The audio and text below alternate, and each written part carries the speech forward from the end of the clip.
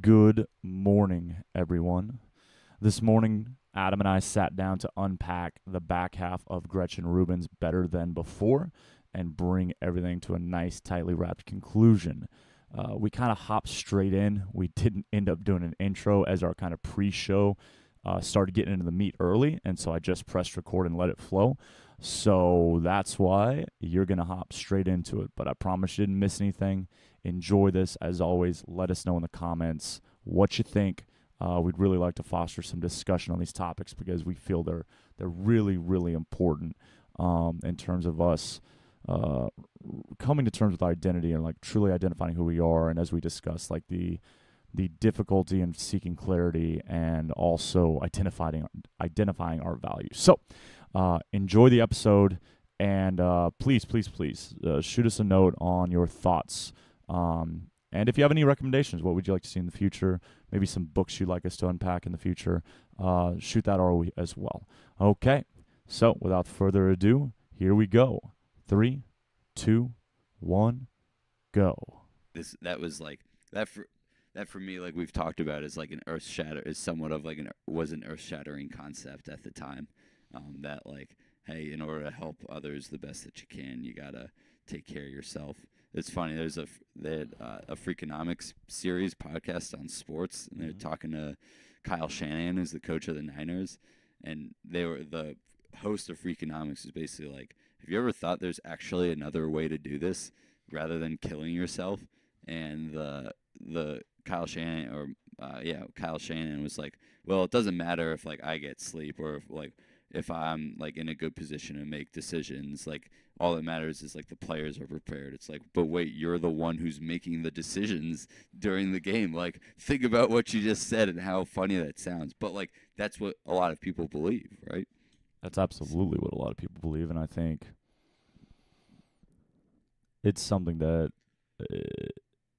was told to me numerous times that I disregarded, and I think it's something that once I finally, I don't even know if I've still accepted it, but opened myself up to it.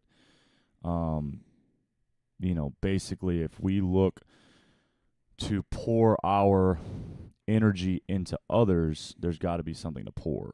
Mm-hmm. And if I'm running dry because I can't take care of myself, which I'm still awful at, then how on earth? It goes back to I think it's a great jumping off point, and I think it's a great point to bring up in this discussion because this to me leads to the basically your actions line up with your values. Mm-hmm. Because I'm going to preach that you should take care of yourself, that you got to prioritize yourself, you got to recover, you got to make sure that you have time for yourself, you got to think, you got to make space, you got to do all the things we talked about. And then you're like, all right, cool. Let me look at your life. I'm like, yeah, yeah, yeah, yeah. And then we can, to be fair, we can say we're working on it. Like, hey, this is a project. I'm trying to get better. But like at some point, it becomes very, very clear that I'm preaching it, but I'm not following through. Mm-hmm. And it doesn't have to be malicious. Like it doesn't have to be me being like, you need to take time for yourself. And then me open, I refuse to. It can be me just being bad at it. But like if I'm not really making an effort, then who am I to tell you that you should make time for yourself if that's not even something that I'm willing or able to do for myself? And so recognizing, we have a lot of people, I don't know how we've done it, but we have a lot of people that work at churches, like a lot of our athletes. And it's very interesting because I think that's very similar to what we do. And to be very clear, in a specific way, in the caring for people way.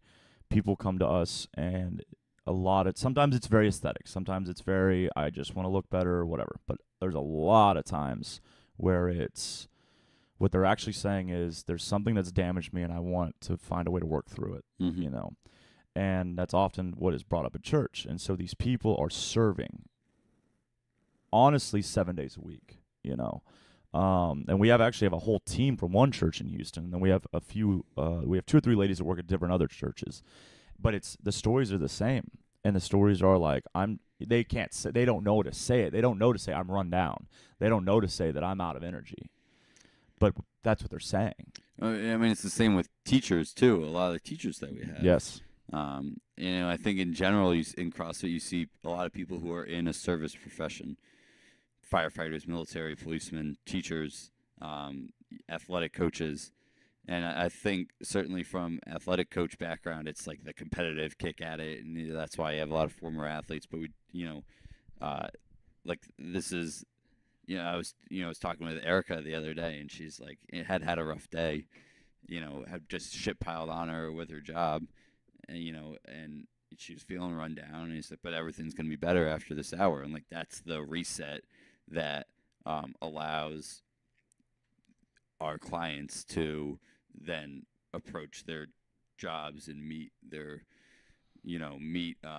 church members or their students or whoever it might be with like compassion and kindness, and allows them to serve in a greater capacity. Yeah, I think that those are all great examples. I think that it's that you have very interesting insight because um,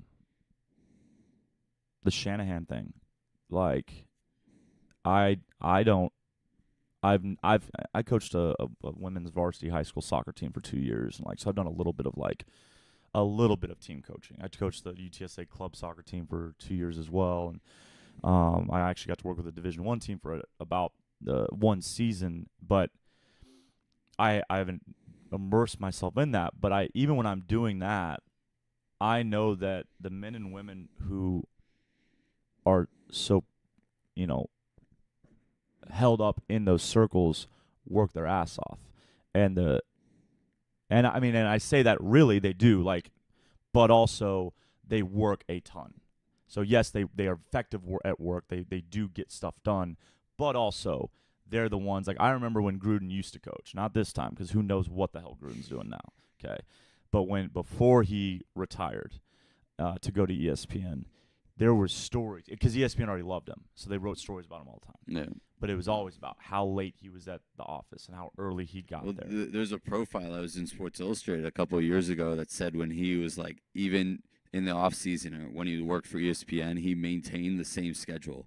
He'd wake up at 3:53. He had some random office in an office park somewhere. He'd go drive to the office, be there by 4:30, and be fucking sitting in there watching film all day. And it was called like the Fired Football Coaches Association, and people would come in and like watch film with him, and then he'd do like his camps and clinics, and then he'd be there until whatever time at night. But that was his schedule still, even as an analyst.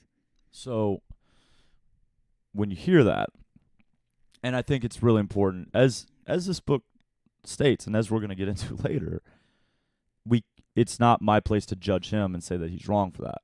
You know, it sounds a little intense. It sounds like it might be a little stressful on the family. It sounds like it can't be personally healthy. But maybe it works for him. You know, maybe who's to say if it does or does not. But the point is, I think that in an industry, you generally find the leaders and you go, okay, I got to emulate them in some capacity. And then what's worse is then you have a lot of varying levels of imitators below that tree in the hierarchy. And a lot of times you're still working under one of those. And so then they might have this expectation for somebody going, well, why aren't you here earlier? Why aren't you here later? Like, man, I got my work done. Like, I'm not slacking. Like, I'm doing the job. You think that we don't need to be here for 20 of the 24 hours kind of thing. But that's where, I'm much more familiar with it with like first-year attorneys. It's like there's a precedent that's been set, and nobody's going to question it. You better work 80 hours. You better work 100 hours. I mean, and that's the culture that I got caught up in that helped turn me into a person that I looked in the mirror and didn't like. The other part of it too that's a little odd, so there's that precedent that's been set, but like what the comparison that I started to make was it's like that of an abused child, where often you think if someone's been abused, they should, the most likely people to abuse their children is someone that's been abused. And often, common sense says that it should be the other way around. If you're not abused, or if you've been abused, then you want something better than what, for your children than what happened to you. But what often happens is the opposite. It's like, well, this happened to me, so I'm gonna make it even worse for you. And like that seems to be like this culture that we get caught up in these highly competitive professions where there's a premium put on the number of hours. Is like, well, when I was a resident or a first year attorney, I worked 80 hours. So now you're going to work 90 hours because this is what I had to do to pay my dues. And it's like we try to prove to others how hard we worked rather than like what can we learn from our experience. It goes back to a finite game versus an infinite game. Are we trying to win or what are we trying? Are we trying to learn and grow and improve, or is it just trying to like win and get to the next stage? And so like that's the culture that I got caught up in, and rather than it being like that of a parent, a loving parent, where it's like this was my circumstance. I want your situation to be better than what it was for me. It's I'm gonna make this worse for you, so you prove yourself that you're good enough. And now we're getting caught up in this comparison game. The questions of self-worth come into play. You know, am I good enough if I don't work 80 hours? Like, am I cut out for this? And there's a lot of mental stuff that goes along. Yeah, and there's something to also be said for you were not going to change the course of men's basketball coaching. You know, not easily and not soon. And they're gonna remind you of that if you ever try to step outside the lines too. You're still in a like it's. I have this thing where know the rules of the game you're playing. Like understand. Like it doesn't matter if it's unfair. Doesn't matter. You signed up. And if you signed up to be a teacher, don't tell me first year you're underpaid. I know you're underpaid. I completely agree you're underpaid. But we've known you're underpaid for like 20 years now. You signed up to be a teacher. And first year you're going, where's my paycheck? Like, what's happening? Understand the rules, and then you can maybe affect change. But what's more, especially in something, I don't know if you call it an industry, but like something like coaching, where nobody, especially in college, you can't stay at those lower rungs and survive. Like you're not even gonna get paid well until you begin to move up. But you're not gonna move up until you catch someone's eye. You're not gonna catch someone's eye until you do all the crazy, ridiculous, extreme stuff that we just discussed. And then only once you're at the top or towards the top could you maybe then take care of your team or kind of like, you know, start to affect that change.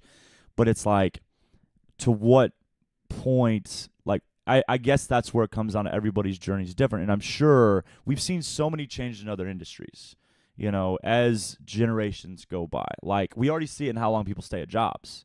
You know, our grandparents stayed at the same job. Didn't matter. I'm not even sure they took vacation. I know they had vacation at some point, but they didn't take it. Like, they were like, you were born to work. And then, like, our parents' generation, it was a little mixed. You know, it was stay at the same job. But then there was also some like, you know, if it's not a good spot, you're allowed to leave. And now with us, it's everything. And we can frame it negatively, like, oh, you can't get kids to stay anywhere these days. But it's like, but it's good because they're demanding excellence in the workplace, or hopefully that's what they're demanding. Either they're just lazy and want to get out. But the point is, things do eventually change. I think we have to, and this is what she talks about, the monitoring.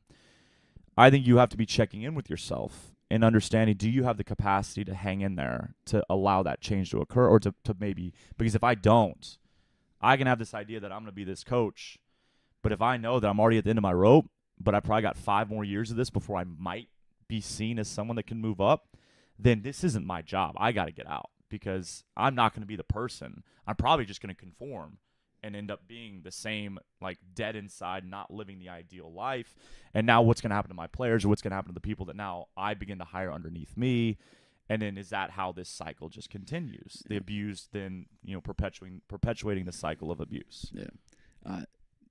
It's monitoring, and it's also, as we've talked about, is determining what your values are and what's important to you. And is it more important for you to stay in the job to say you're a college basketball coach, or to say you're a lawyer, or is it more important to or is how you're doing the job more important, or what you're doing?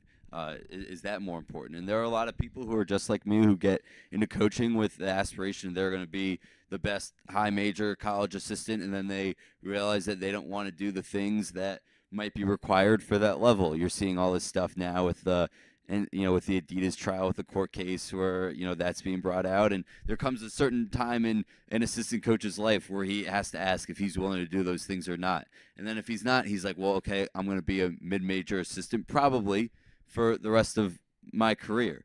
And that they could still enjoy a lot of success, but the goals shift and the goals change. So you got to check in with yourself. You got to figure out what's really important to you. Maybe you're better as a video coordinator, and you decide that you don't want to deal with recruiting, and so you're gonna be the guy that stays in the video room, and you're gonna make, you could make 60 to 100 grand, or maybe even more at a high major program. But like, you're not going to be the guy sitting on the bench who people see, or sitting at the front of the bench most likely who people see on TV. And like, whether or not coaches admit it, that's all something that they want when they get into it. You want to help kids X, Y, and Z, but like, you also want to be on TV in a suit, looking very nice at the front of the bench as well. So Absolutely. there's the monitoring, and then it's checking in with yourself, making sure that how you're living aligns with what your values are, and then knowing what your values are as well. So where do you think, because if we started with our athletes who are working in the church, where literally martyrdom is a thing, like talking about sacrificing self for others, and so you wake up on a Thursday and you go, man, I'm dead, I'm tired, I can't get ahead of myself. I was short with my kid this morning. I was short with my husband, my wife. Now I'm at work, and like, these people, I can't, the pastor wants something, whatever. I'm out of it. But you tell yourself, well, I'm supposed to be here. I'm pouring everything I have into this because that's what is asked of me. And let's get away from the religion for a second, coaching, like, and fitness coaching, where I'm serving others to help them hopefully live a healthier and therefore better life. I'm not supposed to be the one who has all the energy. Like, I'm supposed to be taking care of them. They are my priority. Like, I'm here to serve. I am here to care for them. How do we monitor when we cross the line? Like, and we said at the beginning, but I think it gets glossed over. Like, I have to be monitoring constantly, because at some point there's a line in my glass where my energy gets below that line, and I am no longer helping you. Yeah. Even if I think I am, if you want to be nice about it, then we'll just say, I am no longer helping you as best I could. If you don't want to be mean about it, like, you actually are now being negative. But because it very well could be that. I've actually done that here, where I've gone so long without taking care of myself, without getting a sort of reset or prioritizing self, that now my thought is, well, look, even if I'm a little grumpy, at least I'm coaching. At least I'm getting my class from point A to point B. Mm-hmm. Well, week or two into that, and someone's going to say, hey, man, it might be better if you didn't coach us. Yeah, you might be making them worse. Right? Like, even you're 50%, Mike, or you're 60%, you're 70%. Your 93% might actually make someone else worse than another person coaching. Or it might make someone worse than if you were just not interact with them at all, versus your 95 or 102%. So, how do we continuously monitor? I think we need to have some safeguards, like in check. Some daily practices that allows you to like look at yourself in that way. So we've talked a lot. I've talked a lot about like creating space in our lives to think and reflect.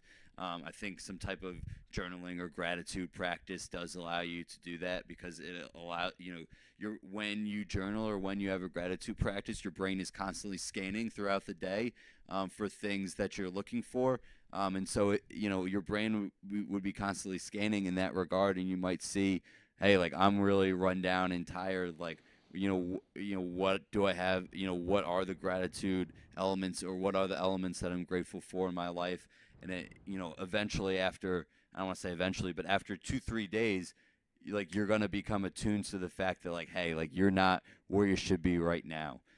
It also comes with knowing what your starting point is. Like, what is your baseline that you need to be at in order to, like, be really effective? So for that one, you got to experiment. You got to take a couple, days or weeks where you step back and you run different experiments. Like, what happens when I get a lot of sleep and I eat really well? Like, what happens when I take like an extra hour in the morning to just like hang out with my kids as they're eating breakfast, rather than like running around and making their lunch at the same time and whatnot. And then if you have a starting point and you know where you operate the best, that helps you establish that deviation from it, right? It's hard to know if you've deviated from where you need to be if you don't have an understanding of where that is. So I think the first step is taking a step back for a little bit, running some experiments on yourself, finding that starting point, and then from there building in practices, accountability measures to make sure that you're there. If you have a spouse or a husband or a spouse or significant other, it's making maybe they hold you accountable to like, hey, like this hour is your time or whatever it is. Maybe it's that journaling or gratitude practice every day, like we talked about. Maybe it's like some sort of fitness app, like a Whoop or something, which tracks your sleep, and you know that if you're getting 6 to 8 or however many hours of sleep. So there are all those accountability measures. It starts with having a baseline. Yeah. No, I figured this is going. Right. I was up, and then, it's been 20 minutes now. Okay. And I was going to be like, all right, well, in 5 minutes, I'll just go, like, all right, guys. And I was like, well, this is going well. If you don't mind, and you mentioned it a little bit, because all that's obvious, like, absolutely right.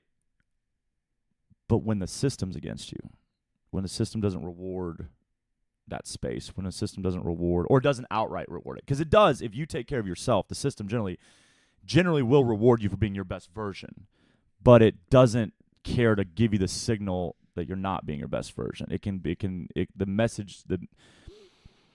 It's tough to know that less can be more. It's tough to know that space can actually cause you to go farther. And the system just wants busyness, I guess. I don't really know what the analogy needs to be, but like it reminds me of busyness versus productivity. A lot of time these systems are based on busyness. Like, are you constantly doing something? Doesn't mean you're being productive. Yes, at the end, it's funny because like productivity is definitely on the evaluation. Like, okay, who did you sign? What did you get? Where did we go? But in the middle, kind of what's going to get you sat down for that evaluation is like, you don't seem very busy. Like, you show up later than I do, and you go home before I do, and they're never going to say, like, you get more done than I do. They're just going to be like, hey, you're never here. It's like, well, I'm here the 8 to 9 hours I'm supposed to be. Like, I'm here 12. And you're like, so for you, when the system basically was only going to reward or seemed to be set up to only reward you to kind of get away from your center, to put yourself, kind of spread yourself too thin, because I think that's almost impossible without divine intervention to be able to recognize, without a rock bottom, without a bounce of some sort, something abrupt. You hear like I had a heart attack. A 35-year-old has a heart attack. And like, man, realized I was running myself into the ground. So short of medical, right? Yeah, we don't want you to have a heart attack. What did you see? Like, what was it? What was the signal or a signal? I'm sure there were many that allowed you, and you're more cerebral. This is your book club. Like you already are in tune with this, but for someone, because again, I'm thinking of the person that's coaching, like a personal trainer that isn't taking care of themselves, or a teacher, or the church worker, the people that we've already talked about, that nobody's going to step in for them. Nobody's going to come like, hey, buddy, I think you need to take a break. Yeah, so I always think there's if you have a solid starting point in terms of your values and priorities, there's going to be something that happens. If you're deviating from those a lot, I think there's going to be something that happens where it piques your attention or it clicks, and you're like, wait a second, like this isn't how I want to be. And I think that's a good question. Is like how do I want to be? Not like what do I want to be, or necessarily where do I want to be. Like how do I want to be?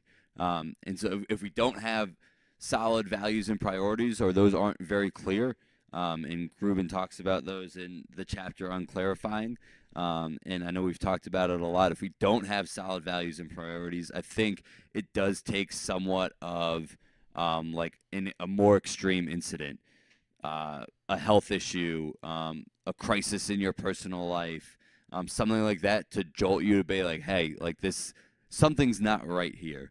But if you have solid values and priorities, then it's easier to, like, you have that baseline, right? And so I had an experience even here in Houston where, I moved down here and I'm coaching and working an office job and like coaching my personal clients as well, and I'm all trying to make it work. And like Slowpokes does free coffee every Thursday, provided by Frost Bank. And I'm not trying to sponsor Frost Bank, but that's who pays for it. And I just like I was running around so much. I like totally wasn't even. I had written it down, and I had completely forgotten about it until like 2 or 3 days later. And that's something like you guys know me. I love coffee, like free coffee, like and they're gonna pay for any drink. Like let's go. But I, and I might choose not to go because I have other things going on. But because I'd completely forgotten about it, after I'd written it down, that showed me that I was like way too busy. And so I was able to step back and look and be like, all right, like where do I get back in alignment? Now to go back to kind of the original question, which was like, what do you do when the short-term rewards don't line up with who you want to be, right? Am I understanding that question correctly? Correct. Okay, so I had this issue as well because as a young coach trying to move up, the short-term rewards are like sign recruits that might not actually be good, but people know about them, so they make you look good. Well, let's real quick the short term. Let's say short-term expectation because I don't want what I want to really emphasize here is basically at the end of this I want to be able to say that at times we need to be selfish in order to be better at being unselfish. Yeah. And so I don't want to use a reward because now someone that works in a certain environment is going to be like, nope, rewards aren't for me, so this isn't for me. Okay. So more like, but what you just said, you got to sign the recruit. Like that's an expectation of your job. Yeah. And so what you have to do to get that done might pull you away from where you need to be, but it is expected for you to do that just to check the box in order to have a chance to move up. Yeah, and so short-term expectations, short-term rewards. So like you look at what you think like might be necessary to get to where you're supposed to be, but I think it always goes back to like how do you want to be? Like and so I think establishing that is a good chance. And then from there, your measures of success and your expectations might change. And there's still this understanding of like, hey, I got to do my job. Like if I'm and I'll continue to use the frame of reference of a college coach. Like the ultimate, I might think my job is to sign big name recruits so I can move up, but my ultimate job is to serve the players and like help get our team better. And so from there, my measures of success might change. Signing a big name recruit might be one way to do that, but it also might be like getting our current players better. And one thing might not be noticed as much as the other. My name might not be in the paper, but at the end of the day, if our team is better, and it's because of the work, it's in part because of the work that I've put in with players on the court, then a rising tide lifts all boats. Like our success will be noticed, and it might take longer, it might take shorter, but I think you have to really analyze. You have to really look at what are the current measures for success. Is that actually what's required? What is my ultimate responsibility here? And how do I go about accomplishing that? And then your definitions of success or your expectations within the job might change. And so if I now view my job as to helping our players the best I can, am I really helping them if I'm not fully present with them on the court? Am I really how do I contribute and make their day better? Is it about me and like the five moves that I saw NBA players make that night and trying to give it to them to prove that I have knowledge, or is it giving them 1 to 2 moves they're going to be really effective at so they can be better in a game? Is it sleep? Is it not getting any sleep? So I can learn every play the opponent's going to run, so I can stand up and yell it out during the game, and the people in the stands and the other coaches go, oh, man, look at him. That's impressive. He knows the other team's plays, but at the end of the day, like our teams, like the players on the court don't know it? Or is it getting 8 hours of sleep so I can better communicate what's going to help our players win at the time? So then when our standards of success and our expectations change, our behavior can then change as well. But if we're caught up in short-term expectations or what we think the outside appearance is going to want, then it's really tough to drive that behavior change. And so it starts with like being critical of those outside expectations, like honestly assessing kind of what you want out of it. And then you got to challenge assumptions and go from there. And you might come to the conclusion, well, like, hey, the best way for me to do this is to sign like a big name recruit. But then how you go about doing it might become different. It's no longer an acquisition like win-lose game. You might, in order to sign a big name recruit and then one that's going to help your program as well, like you're going to need a really good evaluation process. You're going to need to recruit that kid with like a great relationship in mind. And so like a short-term transactionary recruitment might not end up being what you do rather than like a long-term kind of more sustainable approach. Yeah, I think that's awesome. So now that we have a minute, we are going to go through the last few chapters in that last assignment on Gretchen Rubin's Better Than Before. And so we've already touched on some of it. So we had marked a few questions we want to discuss. I think you've already unpacked a lot of them, but I'm going to let you polish them off if there's anything you've left off. So we were going to begin with, are our habits born out of our values, or are our values born out of our habits? And we've talked a lot about our habits need to be based on our values. We can't have habits that maybe this is where we can discuss, can I use your habits? Like if I see you doing something, you're reading every day. You read 10 minutes when you wake up, 10 minutes when you go to bed. So I go, okay, I'm going to do that. And I don't give it much thought in terms of like, do I like to do that? I just say, I'm going to do that. So maybe this is where we unpack that.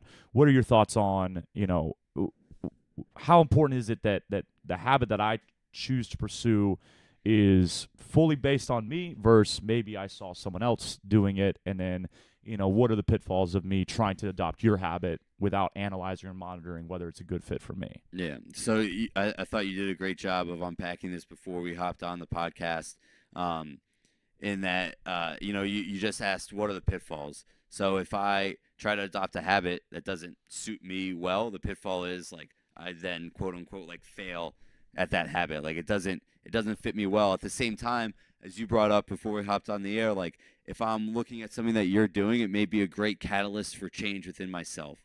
And this goes back to Rubin's quote that I've highlighted many times. Some paraphrasing like we can't make others change, but when we change, like it allows others to change. But whenever we adopt a habit that we're seeing from someone else at some point, like it might be just a great experiment to run. Like, hey, I'm gonna try reading 10 minutes every day. And I think undoubtedly, whatever happens as a result, like you're gonna be better for it if you sit down and try to do it. You're gonna find that it works for you. You're gonna find that it doesn't. Maybe you read a book that you wouldn't have read otherwise. But there always comes a time, I think, when we're initiating habit change where we have to ask, like, is this serving me? Like, is this helping me be who I want to be? And if the answer is no, if this is a habit that we picked up because we saw someone do it on Instagram or one of our friends was doing it, we just thought it would be cool, then it's okay to, like, not do that habit anymore if it's not serving us. And to go back to the question a little bit, of are our habits born out of our values or our values born out of our habits, it can be a little bit both. I think we all would like to think that our habits are born out of our values. We decide who we want to be, and then we put actions and habits into place every day that line up with who we want to be.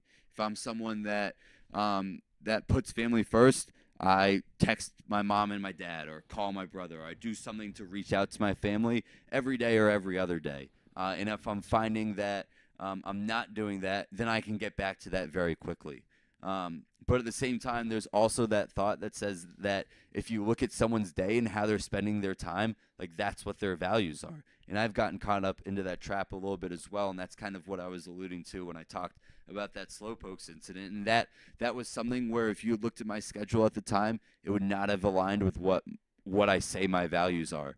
And so when that's the case, if we say that we're someone who puts family first, but we never text our parents and we never call our siblings, then it's hard to say that like family first is a value of ours. So it's a little bit of both. But I think asking the question helps us understand like what is driving our behavior and allows us to get back to our place, gets back to a place that where we can be value driven in our behavior. At the same time, like I said, setting in place a habit might help then drive a value of ours. If you set a habit of texting your mom when you get up every morning, well, then inevitably you will be family first as well. So by putting in place a habit, we can then become and have something different at the center of our lives. If we want to be a reader, setting a habit then of reading 10 minutes every day inevitably sets that as a value and a priority in our lives. But then we can always go back and assess that and say, is this really who we want to be as our habit progresses? Yeah, and I mean that leads us, from clarity, which I think is really, really. I mean, this whole last assignment was. I there were elements in every part of the book I enjoyed, but I think this clarity, identity, and other people, it's what we often, if someone was to walk in this door, I could guess that this is where they need the most help. It's where I need the most help. Like, we don't think about clarity as being important in society right now. We don't think about who are we really. Like, I think that's such a novel step in the right direction, is like, hey man, figure out your identity. And I think that gets beaten out of us at times. I think as kids, maybe we were encouraged to do it, like, be you, you can be anything you want to be. But then as like high school came and college came, it started to kind of be like, well, what I meant was you can be whatever you want to be within this narrow field. And that's what you just talked about it too, in terms of like a career. Like, you can't, like, don't go into being a teacher and being underpaid and then think you're going to change that. Like, it gets, be who you want to be within these parameters, which then gives you like very little quote unquote freedom. Yeah. And then when those outside factors come in or variables come in and have influence on you, then you get pulled further and further away from your true identity. And then we are never, ever encouraged to like seek our identity, like to discover it, to explore it.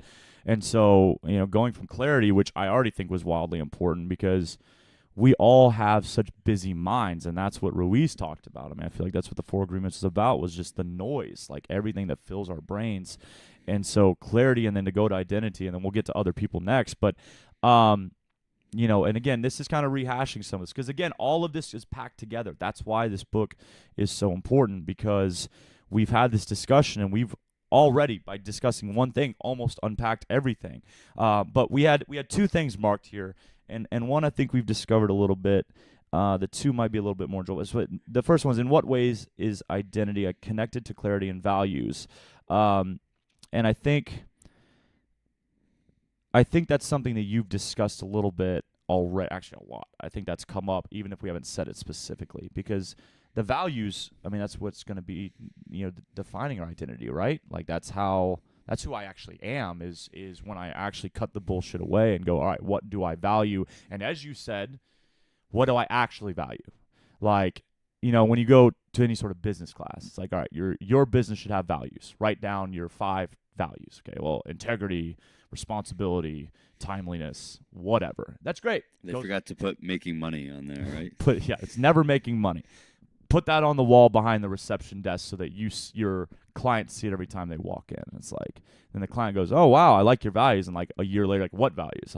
What did we put up there? I forget. I mean, it's the classic like Enron example. If you look up like their values or whatever, it's like the best values you could possibly imagine. But we all know Enron wasn't a very value-driven organization. Absolutely. And so we have to, when we're unpacking our identity or trying to kind of decipher what is and what is not, we do have to, I want to say, admit, and it's okay. Like, guess what?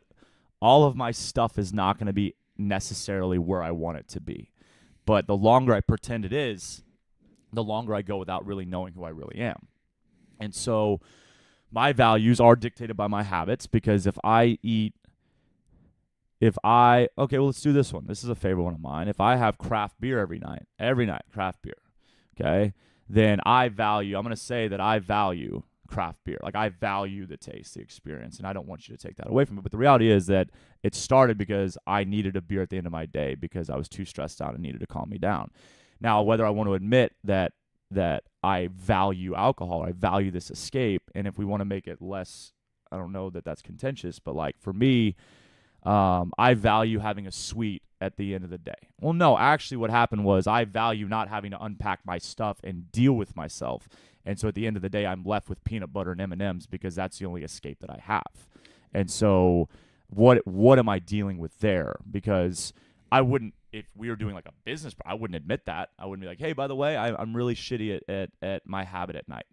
But that is absolutely, if I'm not checking in on that, that's part of who I am at that time. Yeah, so I think, first of all, I think how you're using value in this instance is different than what I'm talking about in terms of values. Values who we are, right? And I think you're talking about like holding something in a high regard as part of our identity that Gruben goes into in identity, like in terms of like the craft beer. Like I'm a person who enjoys craft beer or something like that's a part of my identity, and like I don't want to give that aspect up, or like I hold that something close to me because like you said, like I don't because I haven't figured out great stress management techniques or whatever it might be, or whatever allows me to really be close to who I am. And so I think the way that you're using value is different than how I'm using values. So I want Right. to make that distinction first of all. Next, sorry, I got off track. Kind of what was the question that you were throwing back to me? So basically, I mean, going from that, I have to. I mean, we're talking about identity now, so we've moved on to that, and so I think that it's important for us to understand, like, to be able to decipher what our identity actually is through all the noise, as we Okay. said, like with Louise. We do have to be willing to admit the things that are less ideal, I suppose, Yeah. but are still a reality. Okay, so in identity, in the chapter, and to the question, what ways identity connected to clarity and values? She talks. She uses the example in the book as someone who's like Italian, who's like they say like I'm a fun person. That's who I am. I'm a fun person, but that's also meaning that she's drinking like 3 glasses of wine every night. And so to use like the craft beer example or whatever, like oh I'm a fun guy, or like I value maybe you consider yourself a hipster, so it's like you only drink craft and local beer, but then you end up drinking like 3 beers a night or something, and it's like does one match up with the other? And then like is that actually what you want your identity to be, and is there another way to be who you want to be without having harmful habits for you? So if you want to be, if you're known as the fun person, does that mean that you also have to drink 3 glasses of wine a night? Um, but you have to look at where that dissonance is again, and that's why it does tie into clarity. That's why it goes. You have to be clear about a what you are now. B like are those habits like helping you or hurting you in that regard? And then like does that mean that one has to lead to the other? And so I think that's important. Like we talk about. I use the example of sweets at the end of the day. Oh, I can't give up. Like I don't want to be that person that gives up sweets at the end of the day. Well, like why? Like what about that? Don't you like? Do you just want the sweet at the end of the day? Because if you do, like that's fine. But then like the habit's not going to change, and that's why kind of Gruben's main central tenet and point to the book is that like habits are really lifestyle changes that are tied to values and who we want to be. It's okay to like not want to give up the sweet at the end of the day. That's totally fine. But like don't have the but you gotta understand why. Um, you gotta be honest about like why don't you want to give up the sweet, or just honest about the fact that you don't want to give it up. But when there comes a time when maybe you are maybe there's a little bit of weight gain, and you look in the mirror, you're like, man, um, I'm not happy with my weight right now. And then you look at your habits. I don't want to be the person that gives up the sweet at the end of the day. Well, like, where is the dissonance between the two, and how can we separate? How can we drop one or modify one to get to the other?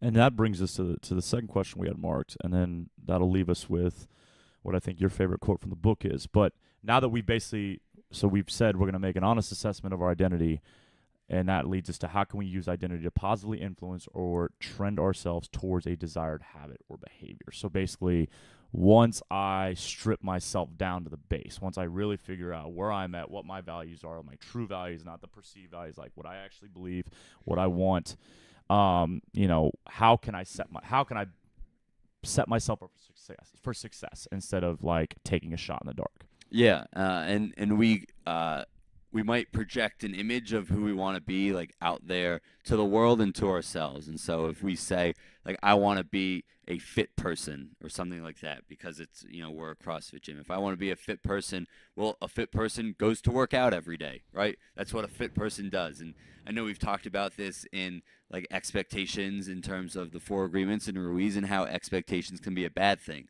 Well, in this situation, when those expectations might come from us, it can be a good thing. So if we like to think of ourselves as a fit person and we tell others that we're a fit person, I am a fit person. Well, what does a fit person do? They go to work out every day. So that way when maybe we're feeling a little bit down or our day's been a little bit gloomy, then we still go to work out because that's what a fit person does.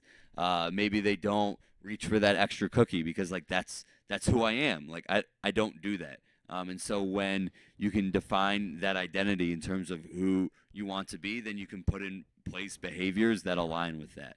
Now, the where it might, where it might not serve us is if we, where that might not serve us if we become like so attached to that identity, right? That's what we've talked about before with the 4 agreements. But it's also in terms of if we like lie to ourselves, and this goes through like loophole spotting or that loophole spotting chapter. Right. If we say like this is what a fit person does, we can say like, well, everybody already knows that I'm a fit person, so yes, I can have this extra cookie or something like that. That's where it might harm us. But if it's connected to that, to those values, if we're clear on it, if we have that identity of like, hey, a fit person goes to the gym every day, then in that case, I think it's gonna serve us more times than not. Yeah, I like that a lot. I think that it's a double-edged sword to try to identify. Like I think it really comes down to that first part where you really have to take a good account of who you are, and you really have to have an accurate depiction of what your identity is. Because if you're off by a little bit, then you start to. I assume that I then need to be like, as we said, a fit person does this. Well, that's really good. That's awesome. If I want to identify as a fit person, then I start to have these expectations. And as with all expectations, they can get overboard because you do see fit people that work out 7 days a week. And not saying that's wrong, but if they're like lifting heavy 7 days a week, maybe that's not what we would encourage someone else to do. Yeah. So I guess it can, but if you, I think that's really, really valuable to have. Once you accurately assess or monitor and decide on your identity and your values, then that absolutely can set you up to find the habits that you perceive yourself to need in order to fit that identity. And I guess fit would be another contentious word, but I think we get it. Let's get to, as I speak in circles, a quote that you almost wanted. We actually kind of went into it the very first podcast of this book, and it's what I would guess is probably still your favorite quote in the book. I can't make people change, but when I change, others may change, and when others change, I may change. I mean, I think without having read the book, if you had just given us that quote, I think that is already a lot of that's really powerful already. But then with this book and everything she lays out, I think it becomes even more powerful. So I don't want to leave it as like, why did this quote jump out? It jumped out to me because it's a great quote. But like, all right, well, now that it's a great quote, why does this great quote stick with you so much? Yeah, exactly. I mean, I think why it resonates with me is obviously important as to why I like it so much. And so like I'm naturally, I am a questioner. And I've had many bad habits throughout my life, as have all of us.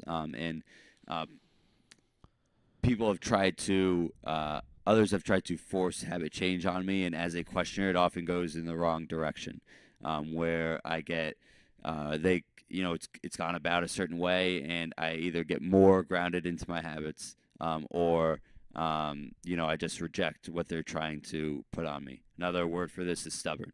I'm very stubborn, right? So, as I was, going through some of my own personal habit and lifestyle change, like this quote, like it really identified with that aspect of me where I'd seen the ways that habit change had been somewhat thrust upon me and it wasn't successful, and then I was seeing the ways in which it was successful in the state I was in at the time. Also, as a coach, like coaching is like habit change, like that's what we're trying to do as coaches. We're trying to change the way you move. We're trying to change the way you eat and change the way you live a little bit. And I think in my previous coaching career, like a lot of it is like, you're going to do this because like this is what I tell you to do, and if you don't do this, well then you're not going to play. But like that's not habit change. That's like reward consequence behavior. It's not like long lasting. And if it is, it's, if the rewards and consequences leave, like what's left. And so like this quote in part like changed my approach to coaching. It's like, my job isn't to say that this is a certain that you should be doing things this way. Like my job is to help, like is to give you an environment to allow you to change, is to create a space where you can feel comfortable changing, is to like model behavior that you might say like, hey, like I really want to be that way. And then as I had gone through some of my own personal habit change, I had some great role models, and those role models made it really easy for me to look to and say like, hey, well, like this person also gives me license to change. They changed their circumstances. They didn't like where they were, and they changed their circumstances. And so I think when we talk about influencing others in terms of habit change, that's the most powerful way that we can do it. It's not saying, Ben, you need to read 5 minutes a day, so then you go and read 5 minutes a day. That's one behavior that might have a lot of impact, but that's only one behavior. But if I change my way of being, and then you're in a similar situation, or you're scared, or you're beaten down, or you're not feeling great about yourself for whatever reason, and you see how someone else is able to like change and blossom as a result, and then the same thing happens in you, like, man, like that's what's really powerful. That's when we have influence on those around us. Like that's how we all get to a better place. And that had happened with me as well, as my values started to change, and I became more public, and I started putting things out on social media. I was seeing the ways in which others were drawn to me and were saying, man, how do I also go about doing this? And like that's what this habit change and this lifestyle change is all about, like meaningful, sustainable change that gets at people, that gets at our way of being. That's what I do with my personal development coaching business as well. It's meaningful and sustainable habit change. And when we can change our ways of being, and we then allow others to explore different possibilities, the world opens up to them. They approach life with a different pep in their step, and more compassion and loving kindness, and more mindfulness. And so that's why the quote, stuck out to me. Yeah, I think that's spot on. I mean, there's nothing more powerful than you affecting change in your own life, and I'm much more likely to follow you if you are implementing the changes yourself, because then I want to aspire to find the change that you sought, and see the difference that you see. And that's why testimony is so important, and that's why it's I don't think it even has to be the same.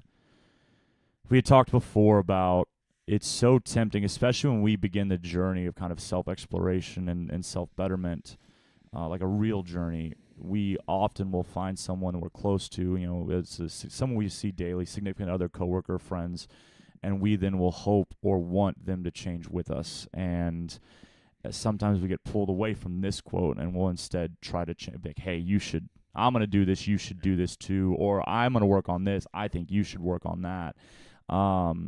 And whether they do or do not, it's almost certain that there will be some conflict there, some friction, when in fact we may have been better served by simply, starting our journey on our own, and understanding that as we better ourselves, that energy that we then put out, and that's what this is. You put out, you attract what you put out. And as I'm changing, and I think in coaching, you see it all the time.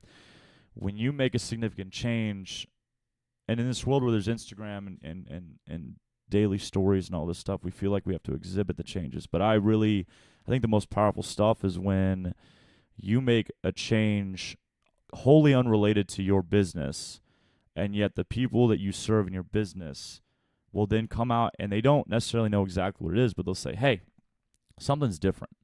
Like, the energy's improved a lot around here. And I'm now speaking very specifically from example, my own life.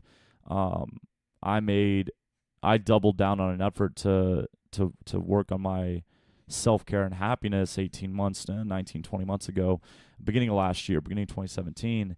And I'll still remember the day that Ana Sanchez, right after the 6:30 ended, she came up to me and said, I like this new Ben. And the athletes didn't know of any difference. They knew my relationship had ended about a month before, but they didn't know any other differences. They didn't know that actually what had happened was I had started taking pride in my therapy and started taking pride in the work I was doing in my own life, and then that allowed me to see myself as worthy of making changes and all this other stuff. I didn't really put it out there at that time, but she said that, and then as I think life tends to do for us, when we're making progress, I do think life challenges us at times. It even sometimes will appear to discourage us. It's kind of like it gets worse before it gets better. But I think also life does do a pretty good job of, if you have your eyes open, offering you checkpoints along the road of encouragement where someone's going to say something or an opportunity is going to create itself that it would not have if you still had your head up your ass. And for me, it was Ana saying that, and then like 2 days later, someone else says something like, "Wow, no, you don't normally smile," and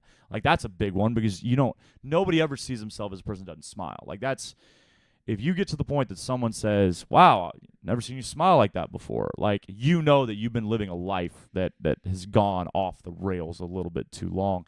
But then these people kept saying it again. They had no knowledge of any effort. They had no knowledge. I wasn't doing anything different, to my knowledge, different in front of them.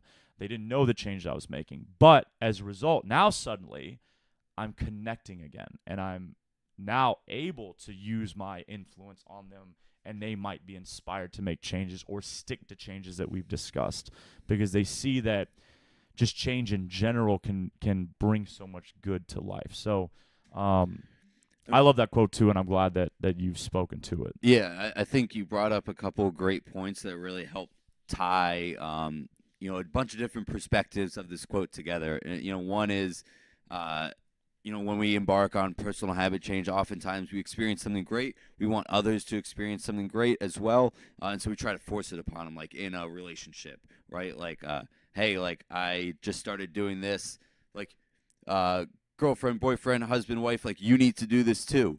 And as a result, they may or may not do it. Like we try to force it on them, and they're not ready. And they might do it, they might not, or if they do it like with resentment, and then like there builds up like resentment and tension in the relationship, and this thing that like brought us joy and served us originally ends up harming something else. It harms our relationship.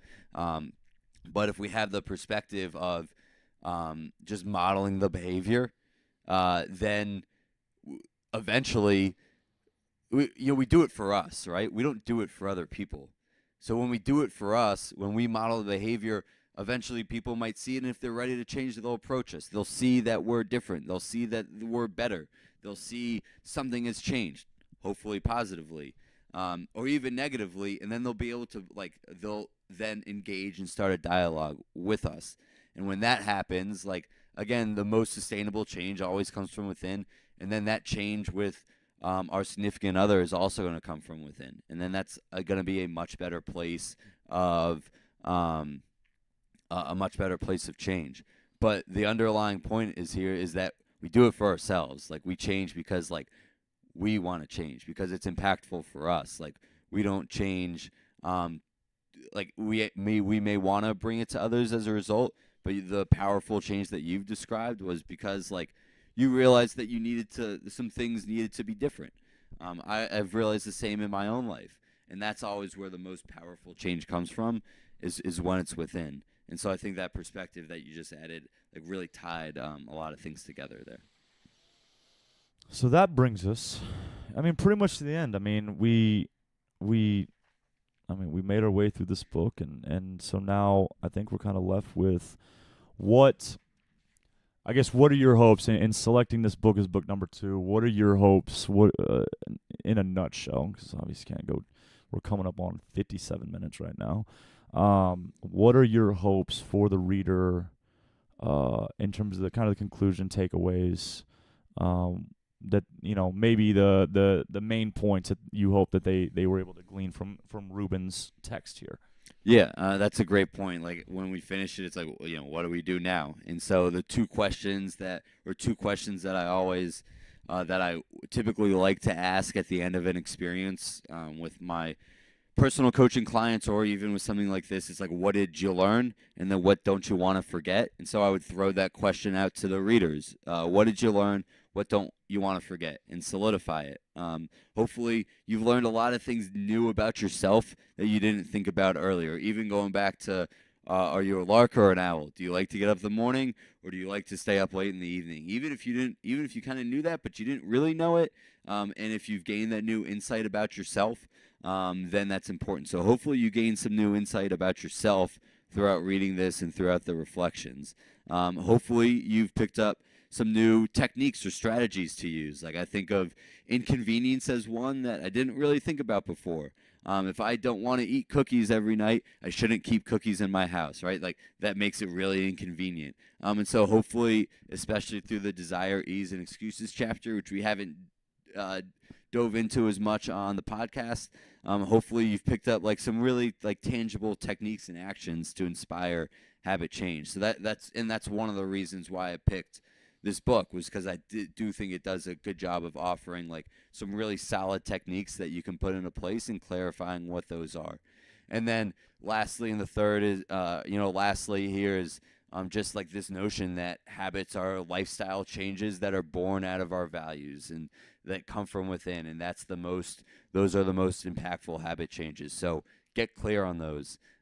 Personal mission statement, value definition, those are areas that I specialize in, but unless we know what those are and we're clear on what they are, it's going to be really hard to like ever impart sustainable, meaningful habit/lifestyle changes.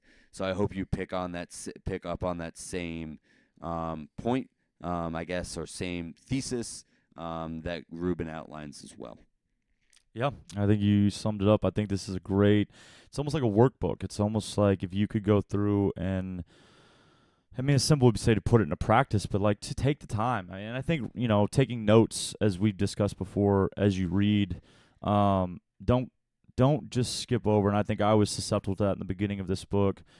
I would read a section and say, "All right, I've heard that before," or she's saying what I listen to all the time, so I'm gonna not really dig in here. And I think that was naive of me, and it was silly, because as she progressed through the text, things became more and more and more applicable.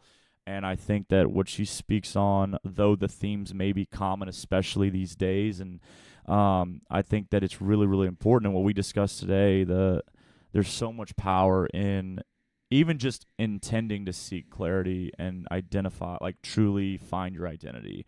And then everything that she wrote leading up to this was setting you up to be able to do that better. Whether it was kind of categorizing yourself, like you said, lark or owl, marathon or sprinter, procrastinator, upholder, questioner, rebel. All of those were important, because then you started to learn a little bit about yourself and how you act. And then things that we didn't know, like the loopholes, like maybe we knew, but we didn't have a way to put a finger on it. Like, why do I always like say, man, I'm okay not working out today because I was busy. Well, were you? Like, really, was that the reason, or, setting yourself up to fail or whatever it is. So I think that middle section, and you're right, we didn't really get into as much on the podcast, that just continues to set up for this last section where I think it really ties everything together. So I think it was a great book selection. I think it was a good contrast to the Four Agreements.